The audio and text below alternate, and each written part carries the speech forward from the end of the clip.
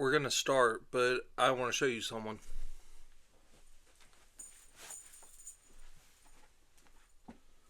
Come on. Come on, buddy. Look at this thing. Look at his freaky paws. If you look, he's got six. He's got 6 little paws. Who's got 6 little paws? Mwah. I love this thing. His name is Ozzy. And he's awesome. Say hi, Ozzy. Wonder if his purring could be picked up on the mic. He's a little purr. Here you go.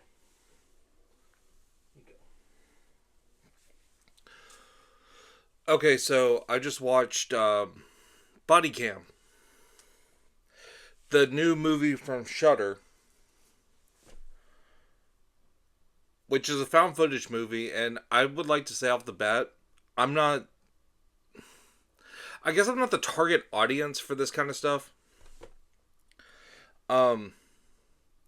My favorite found footage movie, which some don't even consider it one, but I think this does the concept well, which is Cannibal Holocaust.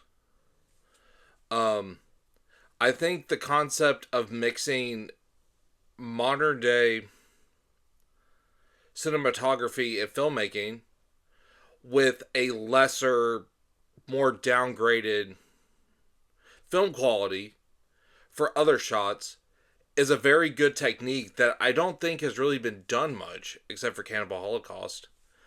I wrote a film a long time ago where I utilized that. Never got made. But there's aspects of it that I like better than just full found footage.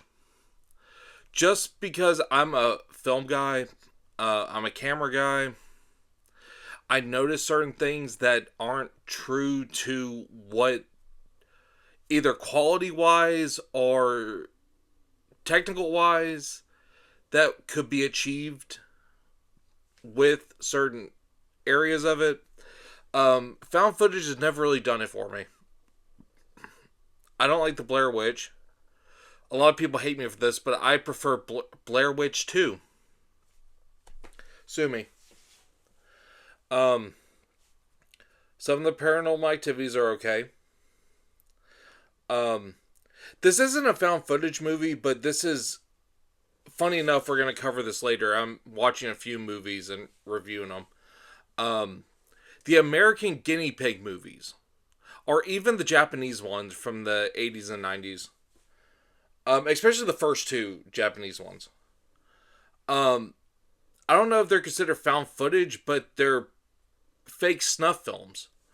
And I think they do that very well, especially with the aspect ratio and the film quality and just how they present themselves. I think is much better than 95% of every found footage movie I've ever seen. But with that out of the way, I thought this one was pretty cool. Because my big problem with found footage movies is that you have a plot, but you stretch it out for 80 minutes, 90 minutes, whatever. But you don't have really anything in between happening. A lot of it is like dialogue, and because my mom watches a lot of these, especially on Tubi. So I have definitely walked in on her watching one, and I've sat there and watched it with her, and it's like, it's a bunch of dialogue that leads to nowhere. It's just a bunch of bullshit that really doesn't lead to anything, and it's just annoying. This movie had an outline, and like every 5 minutes something was happening. So I can give it credit for that. Bodycam is a movie about two cops that get called on to a site at some trap house. And one of the cops ends up shooting and killing an addict and their baby. Unprovoked, provoked, it's up to you. And him trying to cover it up originally. But then you find out there's more to this population of addicts and homelessness. Um, and I found it very interesting.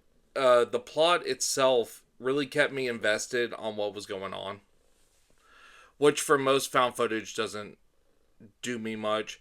Like, I know in October I reviewed VHS Halloween, and I think the VHS movies do it better for me because I personally feel that found footage does better in a shorter segment.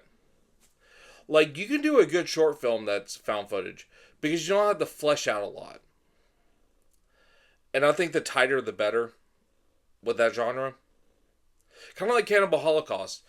Really, it's known as the first found footage movie, but if you really look at it, it's not a found footage movie. It's just when the documentarians find the footage, or when the people find the documentarians found footage. Um, and I think that's very effective. And I think the same way with short films. I think short films can be very good found footage if given the opportunity, because you don't have to explain a lot. It's not a lot of in-depth character development. There's not a lot of plot details that need to be fleshed out. It can be left open to interpretation. And this one kind of did it in a long form. Now, long form, 75 minutes. But I think it did it well.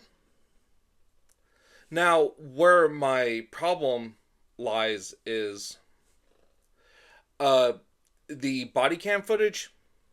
They could have just shot it on real body cam. Like, I know this is a nitpick, but this is just the filmmaker in me, or whatever. Not filmmaker, but film, like, guy that dabbles in movies. Um, because I watch body cam footage sometimes, like, of some stuff, and this was way too cinematic, or at least the filter on it, or what they did in post, made it feel more cinematic and not real.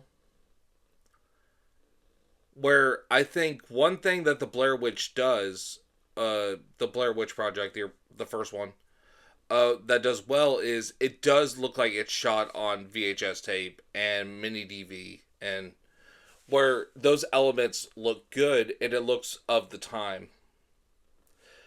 In a day and age where body cam footage is posted everywhere on YouTube, I don't think there's any excuse why you can't get the same camera and shoot the movie the same way. That was one gripe I had about it. Man, you were just purring. You were just purring. But other than that, like I said, it was very interesting.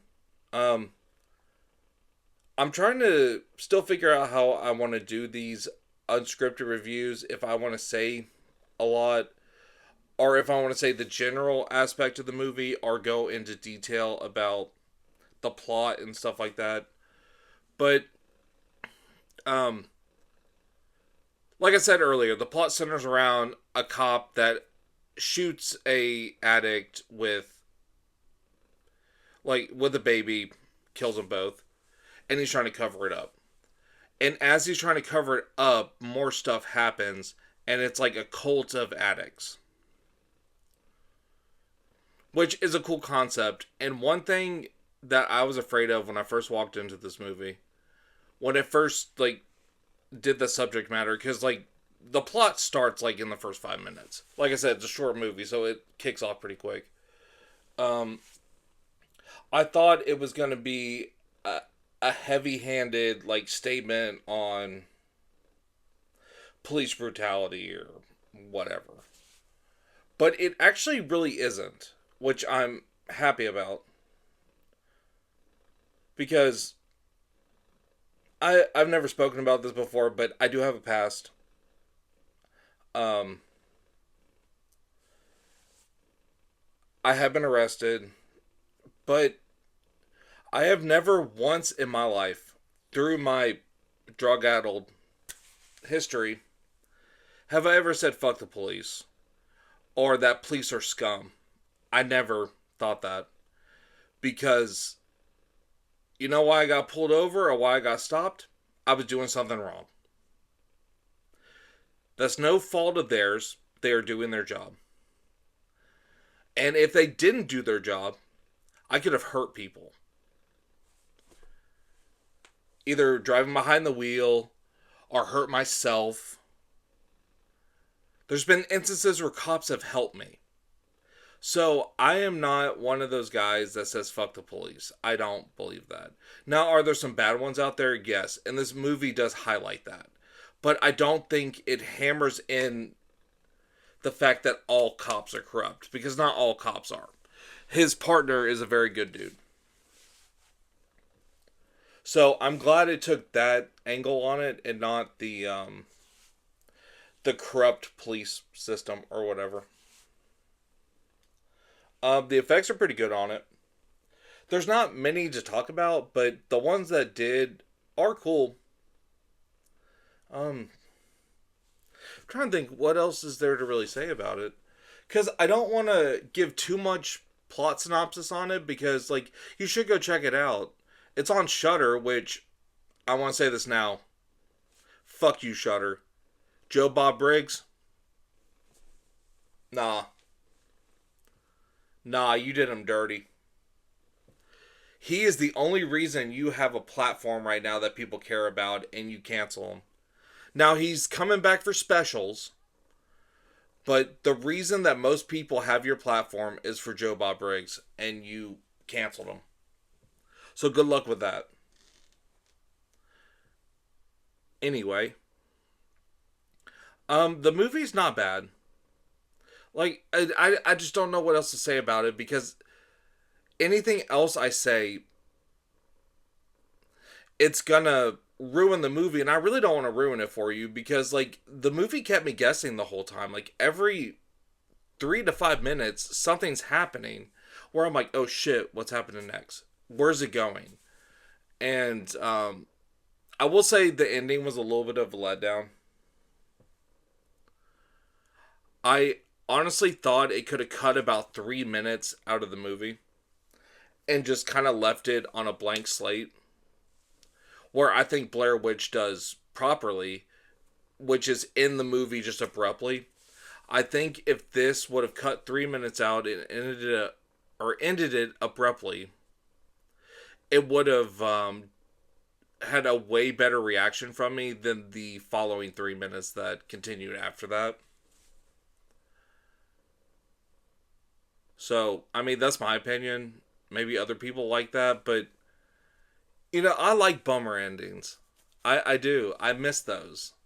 Like, I don't. You don't get that much anymore where, like, evil wins.